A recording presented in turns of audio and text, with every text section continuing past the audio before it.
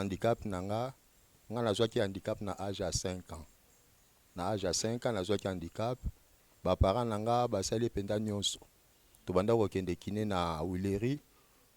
Tozo kende kiné to kende kiné ya osala ke ba parents na ba mona ke kiné comme zo un peu temps mingi yango to kata kiné ba décider ki na côté école. Mission nanga eza évangélisation par cadre social. Na cadre évangélisation to yebisaka na handicapé ke na pesa bango histoire mingi ya Mephibosheth. Eza na de Samuel chapitre 9. Kola ngana zo zongo lokola moi cadeau moko boye ba pesi biso. Or que likama ministère eza cadeau te eza droit na biso. Pourquoi? Parce que ti sikoyo malgré ba pesi biso ministère impact nango na vie na biso to mona ngo te. Comment ça existe des réveils makasi. Alors dernièrement autorité membre de soit gafela qui ba handicapé en disant que ba policier congolaise za comme ba handicapé ba mandia. Il y a ka songo. Des messages yo landa kiao. Bon na landi na message ngo bien te nazo apprendre en deux loba mais eza mawa mingi. Eza mawa mingi ceux qui mokonzi et puis mokonzi ya la police akomati na niveau loba bongo eza mawa mingi. Pona nini? Yo ko comparer ba mandi eza ba handicapé te. Tozo mona est-ce que les baloba matolo eza mo ba handicapé. Kasivie na natonya wana posa bolingo bamelike balobinga noto betatu na planète Vénus Mars pe Jupiter Ousmane bamababa tata bandeko bana mikolo pe baleki boyi baketo wana site ya sika to wana site na biso ya sika na kombo ya Sylvie Mode TV officiel bobuka te boya ebele nganja na sina s'abonner boya ebele bobuka te to sengi bato ba s'abonner ya mingi.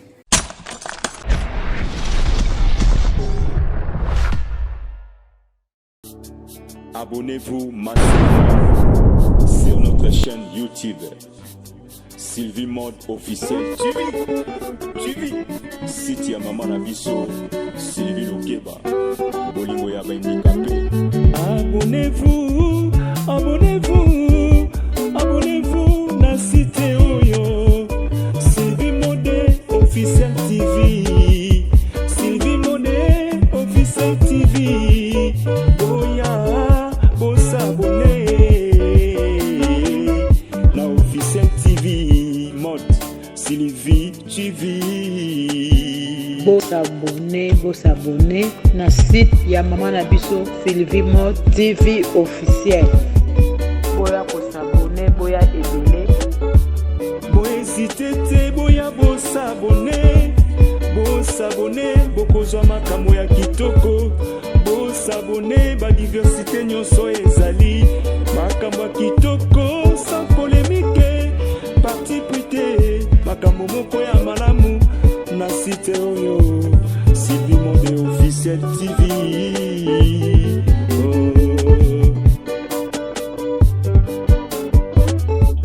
Site ya Maman na biso Lokeba bolingo ya handicapé Mama Sylvie ayeli biso site moko ya malamu boya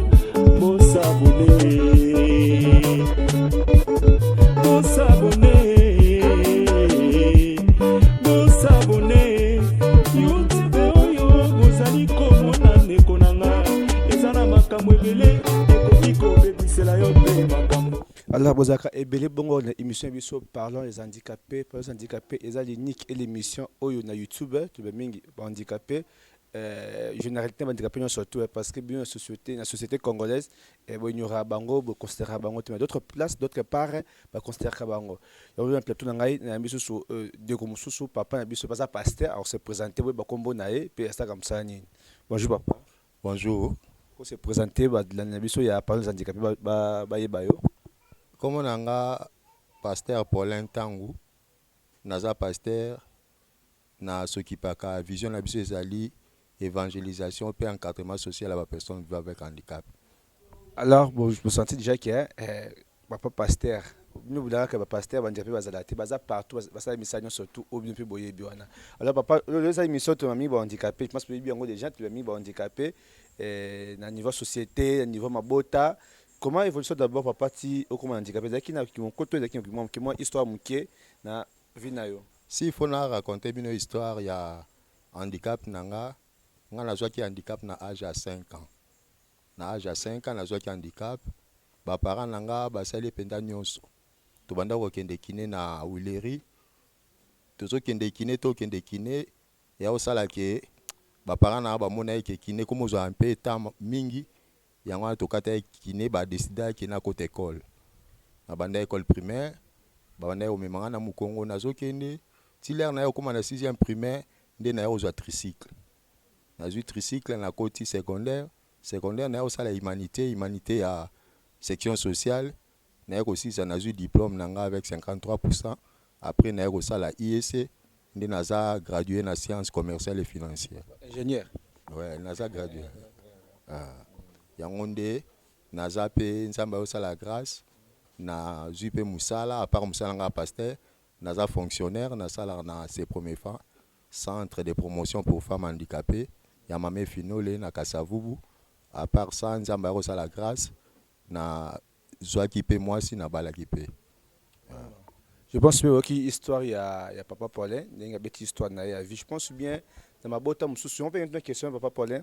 Est-ce que quand on qui na difficulté comme au niveau il y a vie na à l'époque papa parents bazaki proche na au bazaki proche tantôt bazaki rejeté comme d'autres familles basala ngoti lelo. Vraiment en tout cas ngai nazwa chance moko penza oyo na yoka ngomi ite pa handicapé. Ngai handicap nanga naza penda assister. Vraiment ba parents na nde na uté koloba auparavant ba assister ngai na kiné ba kotenga pe classe bande konanga même l'école primaire nde na bi là na na véloté même ba grande sœur nanga ba grand frère nanga bando me wana Mukongo ko kendo tika nga na classe pe ko zonga en tout cas na zwa difficulté à marginalisation na zwa ngote. Oui, tu vois papa Paulin au Bali, je pense que moi fait d'alliance c'est que on va que on handicapé au Balaté. On a combien de bana? Bana bazami bali. Félicitations. Ni pe ko pesa pa bande comme souvent handicapé ba oyo baza désespéré na vie na bango contenir makambo ya famille na bango bien actuellement ba oyo baza handicapé mabota bango ils sont pas considérés ndenge yo poser considéré avant. Vraiment naza na pona bande ko nanga handicapé eza kutu cheval de bataille nanga nde na bi mission nanga eza évangélisation par cadre social na cadre évangélisation to yebisaka na handicapé ke na pesa bango histoire mingi ya Mephibosheth. Eza na de Samuel chapitre 9. Mephibosheth azalaki handicapé. Mwana ya Saoul. Donc kwa Saoul ba rejetaki ba kindaki na pena na le débat. Mais nzamba kanisa ya Mephibosheth. Ba longolaki ye banda na le débat ti akota inanda kwa roi comme rôle. Donc nzambe aponaka te. Bible bi Dieu ne fait acception de personne. Nzamba aponaka te aux handicapés, nzamba yebi yo. Ayebi on handicapé. Handicap na suffisamment o yeba nzambe wana aosunga yo. Mais pour nos parents, tout ba famille, on va négliger handicapé na kokamwa mingi. Pe bayebi valeur handicapé te. Na ça pour le moment, ils ont handicapé o bazo sunga ba famille na bango. Ba sunga ba famille na bango. Ko je ne pas handicapé ma Sylvie. Ah vraiment nzamba pambola e pa yazali. Bazo sunga ba handicapé, ngana za parmi bato o pe na za bato belé na ndako nanga o ngana zo sunga. Donc batika makambo ya ko rejeter ka handicapé. Vraiment totika makambo ko rejeter ba handicapé parce que eza culture oyo particulièrement oyo to moni na RDC en général RDC particulièrement na Kinshasa awa ndenge bato banigishaka ba handicapé ndenge ba kosta ba handicapé te au moins handicapé na coin sengo melo mobe rejeter ba pesa ba référence ce sont des mendiants. Non, ce sont pas des mendiants. Juste que ceux qui payent Moussala à Sala, est-ce que c'est ce que mais il est maison, il travaille pas, il fait rien du tout, il n'y a pas de boulot. Mais yo zanango wana, on préfère couper ça bateau obi qui a ça on doit lunga couper comme masanga. Est-ce que c'est handicapé? De voir que c'est un oli sous. Tout le monde peut réfléchir et tout ba makam sous na niveau ya moko na biso. Alors papa, tu as vu toi quand tu makambu ya personne avec handicap comme ministère délégué. Est-ce que vous pouvez considérer la société ou ba pas on peut ezali contenir ba handicapé quand mboka na biso? Bon, tant que tu as le net likambu ya ministère délégué. Tozo ta likambu wana eza lokola ngana zo zongo lokola moi cadeau moko boye ba pesi biso. Or que le ministère eza cadeau te, eza droit na biso. Pourquoi? Parce que ti sikoyo malgré bapesi biso ministère, impact nango na vie na biso to mona ngo te. Tozo mona ngo te, tozo continuer ko souffrir pendant que toza na ministère. Kutu ministère eye ole ya neti ko sala promotion na biso et comme neti kutu comme otia biso ko bloquer biso. Parce que bato bakumba bande ko sunga biso ba partenaire bakoma lo ba biso ba rejeter biso. Babi bozu déjà ministère na bino. Moi to aider bino te. Mon problème toza nango. Non tozo senga na président de la République o akanisa ikotia ministère wana pe na gouvernement ba appuyer ministre na biso ba pesa ba moyen o sala ke akita na terrain sunga pe bandicapé. Kweza bandicapé mususu bazana banda ku ba bima ata libanda te. Ba wana fo ba kendo luka bango baza pe na droit de la vie ba évoluer pende ba tunyo so bazo évoluer. Alors, dans ce qui concerne les personnes avec handicap, on peut s'abîmer comme si financement pour le ministère est fonctionné mal. Mais je pense bien que la personne qui peut faire promotion pour handicapé, et ça, il y a un ministre, maman Irène. Alors, ceux qui ont courage pour pousser, je peux dire, partenaire, pas bino. Alors, il faut bien sur bino moronde botele maintenant parce que le bien terre autant d'émissions mais qui sous bateau moko ya bateau ya beach ngobila parce que autant bureau na quand il va bloquer beach bateau ensemble trafic na bango bilamba ils ont sous-sauté. Est-ce que bloquer sur moment exemple blocage pour les handicapés? Yango problème pe toza nango. Yango problème toza nango o tozo senga pe na ministre na biso il faut ala muka. Faut ala muka oyebi na Bible tolobaka histoire handicapé zaka ko ganga. Handicapé même na Bible ganga kaka pour ba reconnaître droit na. To mona ka ya Bartimée. Bartimée azalaki wana Yesu alobi no botika yaya. Amoni Jésus agangi me batu bazolo ba Bartimée non vanda kimia mais Bartimée ganga lisu makasi jusqu'à ce que Jésus amonaki alobi bobenga ye.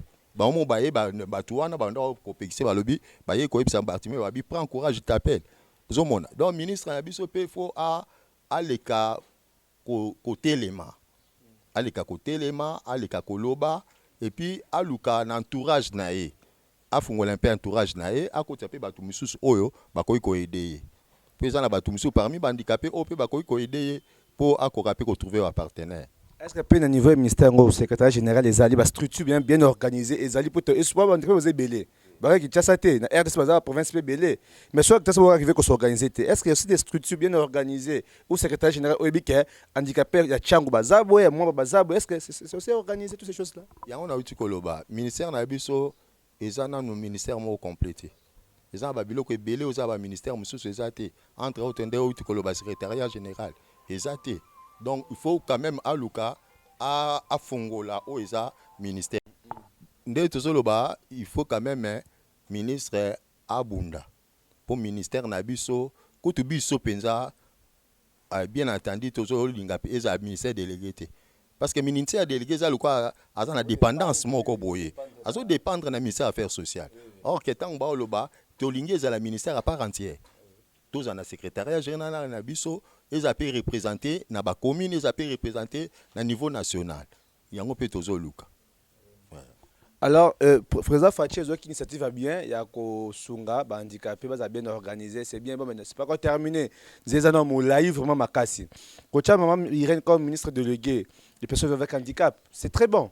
Mais dans ce qui c'est quand même toi avancé, il y a autant de besoins des handicapés, des problèmes de béquilles, il y a des problèmes de vie sociale, des problèmes de travail. Beaucoup de handicapés, c'est de lamenter trop, c'est aussi un travail. De handicapé tanga intellectuel, le papa pour les awa tanga nae, mais celui à qui le moussa entreprise moi bapé c'était pourquoi? On ne sait pas. Surtout que ça maintenant c'est besoin ma casse. Pourquoi vous pouvez bloquer bonne opportunité on a été. Et c'est là aussi baza don, il y a ça rambe belé. Depuis dans centre biso ka savuba, on va pas tonga bloquer belé c'est kana. Et ce qui initiateur moko aye, tout pendant ya bien soutenir bango, ba bloquer on avant, va suivre frété. C'est vivre. C'est-à-dire il y a trop de choses, ils ont dit autant dedans, ceux qui vont sungi bango, pourquoi avancer? Juste pour faire toi arriver, il faut classification, il faut organisation et ça structure à bien et ça là. Certains généraux les a permanents pour te sur handicapé, identifier handicapé, nyonso il y a beaucoup d'abisso. C'est par là que oui organiser côté. Tant que l'on ça maté des autres zaka. Le ministère il y a handicapé, il y a comme ça statut, il peut dire qu'il est très macabongo et ça l'ont monté. Alors tout le monde peut rebondir ça. Il y a des parents oyo, maman oyo, papa oyo, ben ça va il y a bichungobila. Depuis Bokanga. parce que ça l'Assemblée générale na bango wana mais ça fait 9 ans on m'a dit ça fait 9 ans l'Assemblée générale ça sauté le m'a dit c'est passé ici kana alors ceux qui bossent sur bango te jatingo bila bo fond là bitungo bila bo fongo lango so peza comme jatingo bila bitungo bila ndenge bakoti bo fongo lango ba moko ba toi ça misala bango ba ka Brazzaville c'est mieux qui peut bien noter peut na victoire au moins le vendredi ce que victoire ba la ka plein quand on finit les positions comme des mendiants handicapés c'est pas bon bon ça bien été vraiment tu un peu bon c'est le coin pour tenir sur les kamalam alors papa handicapé dans le quartier il y a bien tout à Koutoua na victoire ce que m'a tongé pas ba karami 18h on doit on va minimiser bien ni beaucoup ça pour le qu'on a elongwa to yo mo ndenge nini er handicapé singa victoire singa nzela avec la azana boulevard dans 24 ko lo singa imo so le kiosa ko ndenge ni vraiment tangu na le kaka esalanga bien te parce que eza lokola baza er moko bato azo kende azo asangisi azo 10 000 francs à kaboli yango ba 50 francs akomo pesa bato ya responsable ozo pesa 50 francs pour que nango kosani eza lokola ko finga mutu donc eloko wana vraiment to sepela nango te po eloko wana esila eza eloko eza facile ndenge uti koloba babanda nanu pa ko identifier ko recenser bandicapé po ngana lobaka oyebi tango ngana zokola makambo wana ezala penza te tango biso za bana mike po na nini handicapé azalaka prise en charge na commune na ye à part commune na ye l'église catholique et bando zo handicapé en charge ezala des structures wana Caritas oui Caritas ezala des structures wana ezalaka commune na église catholique au travers Caritas et bande ko aider omoni ke handicapé ba mandia bazala penza te sikoyo église catholique tellement ba tala na bango pe batika na bango likamwana Caritas c'est comment nini structure mo restreinte comment structure mo restreinte sikoyo commune pe abandona na ye yango na lobaki naza kutu na mission moko na olinga na sala nga naza na commune na Barumbu na bi mu commission na okende okutana na bourgmestre na tu na ye nanu est-ce kayebi ba handicapé combien azana ba na nini na commune na chaque commune il y a des un service social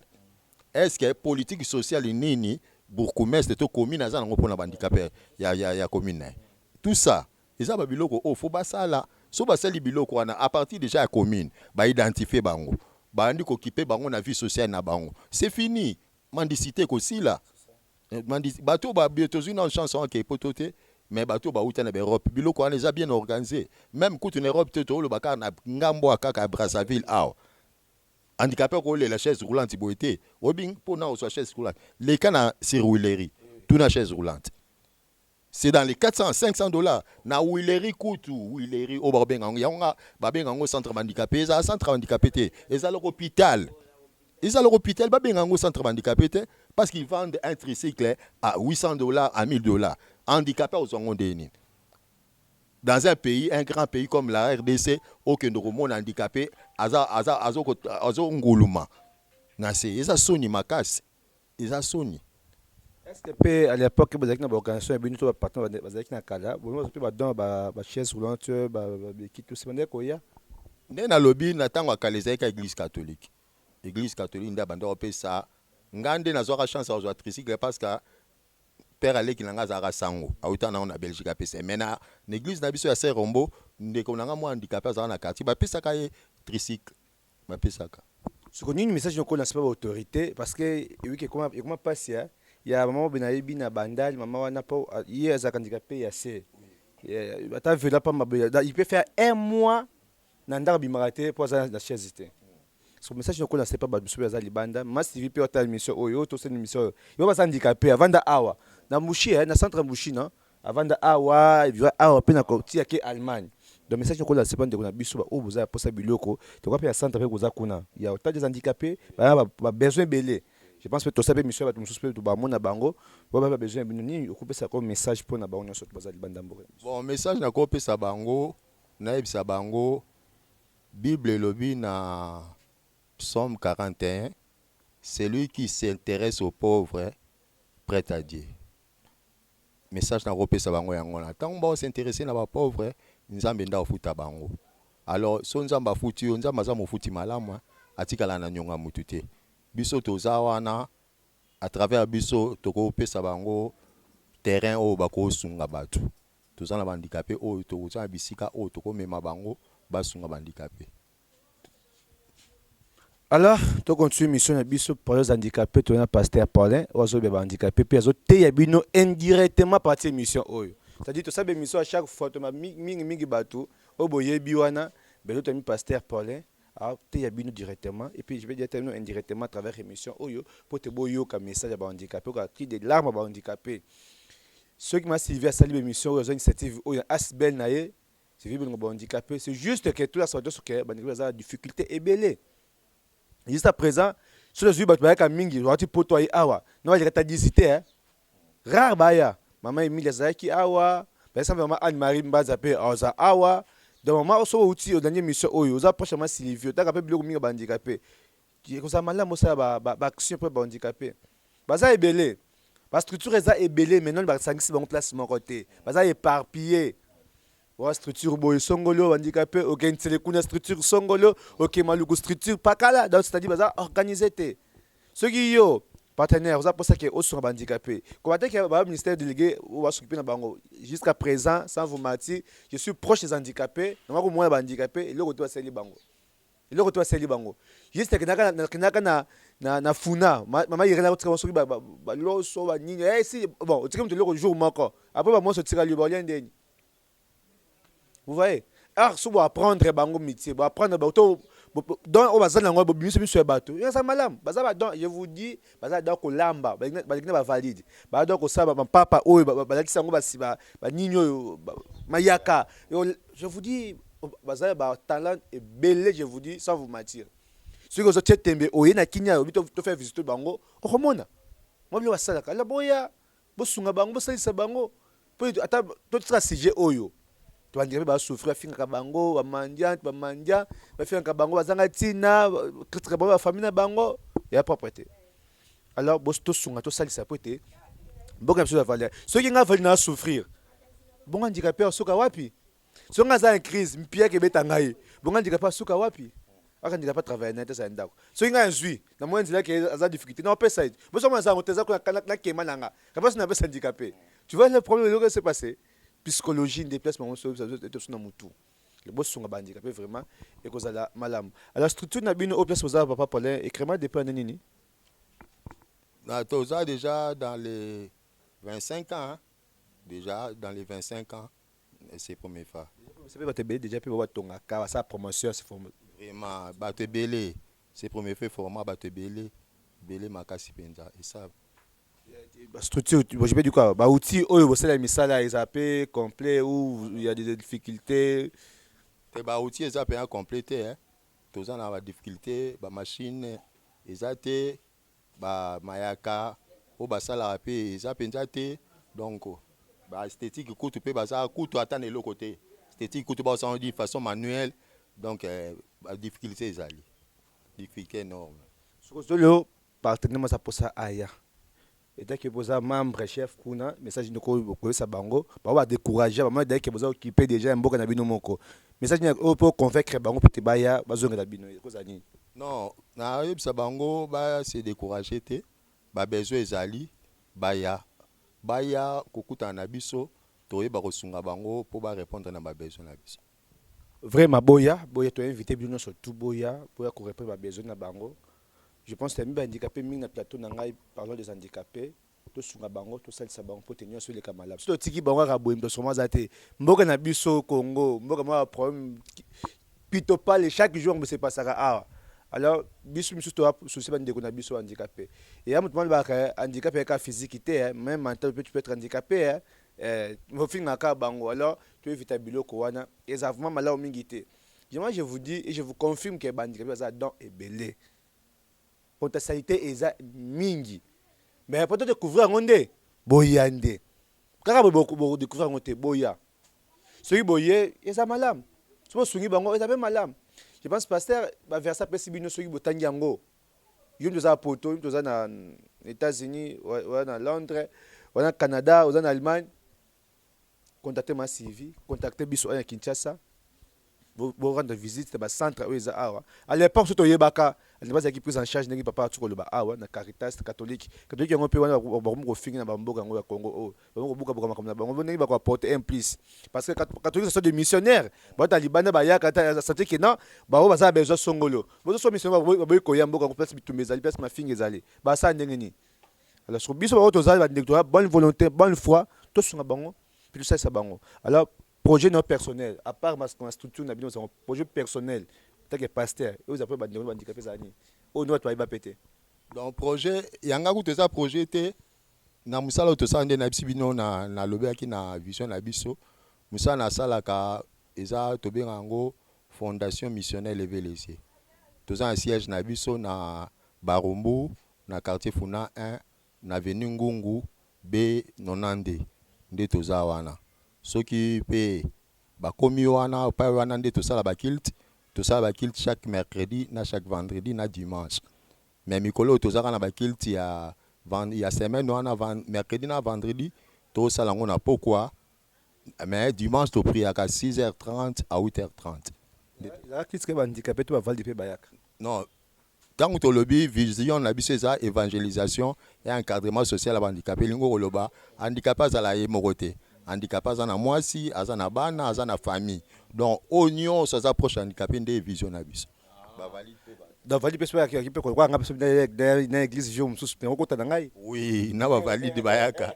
ezaka pa ba handicapé na ba valide pe tozala na bango par là na ming message pe ça handicapé zami ko fortifier bango ke ba travailler ba avancer ou zaka pe ça moral que un jour nzamba son pas monsieur ezaka comment ka bongo non biso to na message to pe saka na lobby keza évangélisation pe encadrement social to lobelaka évangélisation na niveau ya âme to na niveau social to lobelaka mingi makama misala to lobela mingi makama misala makamba ba talent denik bakoko développer pe ba talent na bango to lobela yango vraiment je pense bien je vais être na culte il y a pas Paulin pasteur Paulin to za image en Belon to ta ndenge culte c'est pas ça parce que nous on veut sur l'église des réveils ma casse miso soit nous va valide soit disant pour cette église des réveils ma casse alors dernièrement autorité mon boka soit gafela qui ba handicapé en disant que ba policier congolaise za comme ba handicapé ba mandia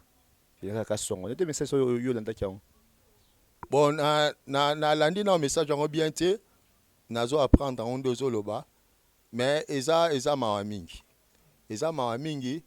ceux qui mokonzi et puis mokonzi à la police akomati na niveau loba bongo eza mawa mingi pona nini yoko comparer ba mandi eza ba handicapé te tozomona est-ce qu'elle est ba loba matolo eza moi ba handicapé bana ba beta matolo eza ba valide to ba handicapé eza ba valide le ba beta matolo ti ye ka songonde aza bongo ayambaka pa na ye wana baya kobete matolo ezala ka ba handicapé sina ba valide pe baya kobete matolo na kada ke ba policier ne ba sena mbongo na nzela ne bino sena mbongo na nzela ndenge mona ba policier na ye na yebisa eke toza ndenge moko te na bapolisier na ye bapolisier na ye bavoyu baoboma bato bauti oboma mutu kuna na campus toa ndenge moko te étudie ya campus biso handicapé aza aboma nani donc en tant que chef na respect nazopesa ye nazoyebisa ye aretire biloko wana alobaki aretire yango tokobona suka presque émission na biso topesi merci na moto nyonso surtout parce que ma toujours na triple option Belon malgré retard a malade a souffrir ba douleur et déranger ma casse na moto nyonso surtout parce que maman Sylvie mode moto handicapé moto même handicapé motema na ye na bato nyonso surtout mingi vraiment na maman Anne Marie Mbanza maman Blandi Machanga la bino nyonso surtout oyo boroya awa Kinshasa toi toujours wana pona bino maman Jetou Kinsala bino surtout pardon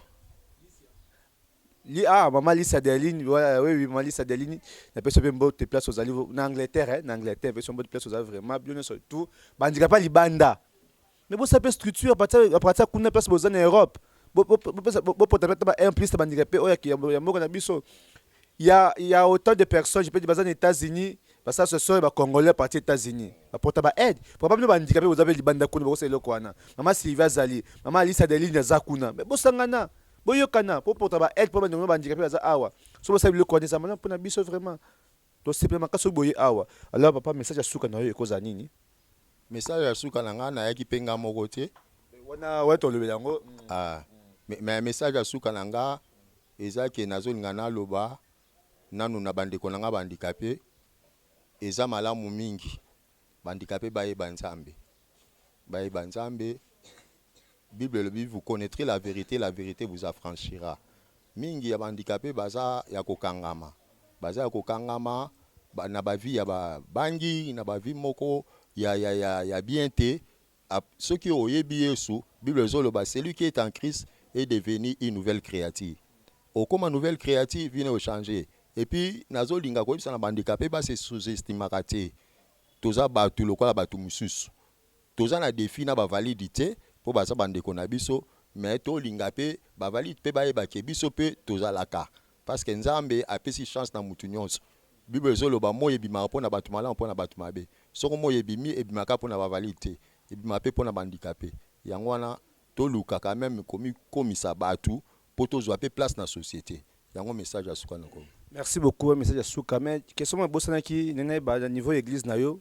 Besoin pesa la kana pas difficulté pesa ali je pense bien sur ce message je que la première photo ma pasteur est handicapé dans mission de biso pour handicapé pas de même moi s'intéresser na mission tout ça il est là pour apporter aide dans niveau église na bino kuna ce message cause appel pour na sujet toza na ba difficulté énorme ba difficulté makasi tozala kana na garage TP na au commandement to banda osambela kuna po centre ezala kuna ba panza i centre wana bapanza centre na bandikape bapanza na bakoma ko luka ko débrouiller misu ba zo futela ndako na ba difficulté ya makambebele yango église ezo ki mo problème alors tout ça ba problème ya ba sonorisation tout ça un problème ba kiti tout ça un problème en placement il faut to luka place moko o to ko sangisa bandikape tout ça vraiment na ba difficulté bandeko ba ko sunga biso e rozala pe bien mon numéro contact non peut me soit contacter yo oui naza na Facebook na page nange ali Paulin Tango soro olukinga na Paulin Tango monanga na WhatsApp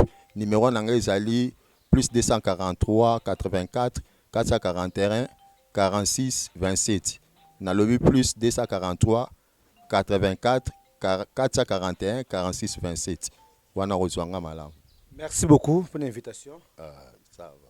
Merci de votre Rolanda émission Oyo. Tous s'abonner massivement à l'émission de Biso pour les handicapés. Tout le prochain numéro. Bye.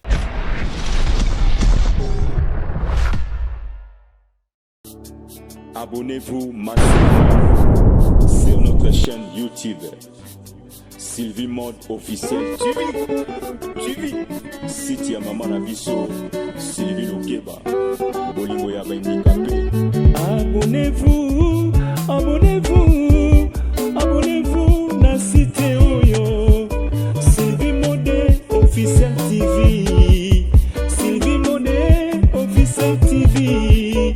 Boya, boss abonné. Na officiel TV Mode Sylvie TV. Boss abonné na site ya Maman na Biso Sylvie Mode TV officiel. Boya kosabone boya ebele boya hésitete boya bosabone bokozwa makambo ya kitoko bosabone badiversité nyonso ezali makambo ya kitoko sans polémique parti prité makambo moko ya malamu na site oyo Sylvie Mode officiel TV.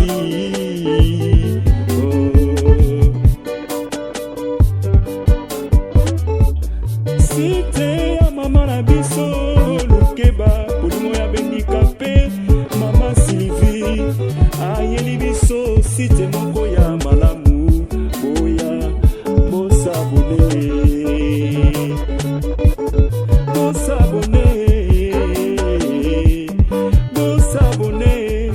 YouTube oyo bozali komona ndeko nanga eza na makambo ebele ekoki kobebisela yo pe makambo